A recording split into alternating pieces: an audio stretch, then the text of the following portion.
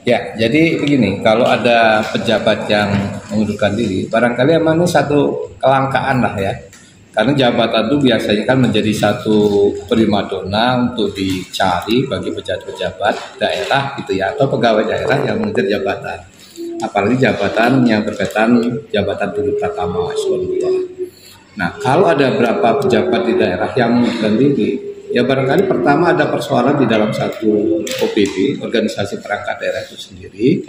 Yang kedua mungkin ada persoalan-persoalan yang berkaitan dengan masalah atasan gitu ya. Atau barangkali yang ketiga ada ketidakpuasan ya, ketidakpuasan atau kejenuhan bagi pejabat yang bersangkutan yang juga sudah merasa ada satu titik jenuh. Yang lainnya bisa saja ada satu tekanan. Itu yang menjadi jadi satu persoalan yang ada di kalau ada pejabat yang sampai mengundurkan diri itu.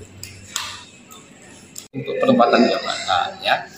Penempatan jabatan itu kalau eselon 2 namanya itu kan melalui proses namanya open bidding ya. Open bidding itu dalam jabatan boleh diikuti oleh semua pegawai yang ada di Provinsi Lampung dengan persyaratan sesuai dengan kepangkatan minimal 4A ya. Tentu dalam proses untuk dalam jabatan, kalau saya sih menganalisanya sederhana aja. Dalam jabatan itu tidak ubahnya seperti yang namanya kita untuk pengadaan barang dan jasa. Ya, pengadaan barang dan jasa itu kan kalau nilainya di atas 200 juta itu harus ada lelang jabatan. Ya, artinya lelang pengadaan barang dan jasa. Tapi kalau dia untuk eselon 3, eselon 4, itu kan istilahnya PR, penunjukan langsung aja kan itu. Nah, dalam proses jabatan itu sebenarnya kan namanya tim pansel itu hanya merekomendasikan 3 orang nama. Ya. 3 orang nama itu yang nantinya yang akan dipilih oleh wali kota. Prosesnya pertama adalah mengikuti asesmen. Asesmen itu tidak bisa diganggu-gugat karena model komputerisasi kan itu. Jadi kalau ada satu mau rekayasa rasanya sulit. Kedua, yaitu untuk membuat namanya presentasi makalah relatif lah ya. Jadi tim penilai itu relatif untuk menilai. Ketiga, pada saat pemaparan ada yang namanya tanya jawab berkaitan masalah topoksi tugas.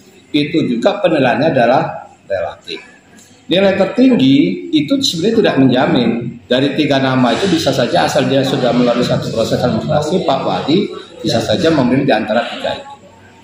Soal hal-hal yang lain, apakah yang ikut lelang itu orang metro atau bukan, dari sumber daya manusia, sebenarnya ya kalau kita lihat itu, ini kan yang memangku kepentingan adalah Pak Wali. Pak Wali akan membutuhkan tentunya Pak Wali yang lebih tahu siapa yang akan ditempatkan. Ya.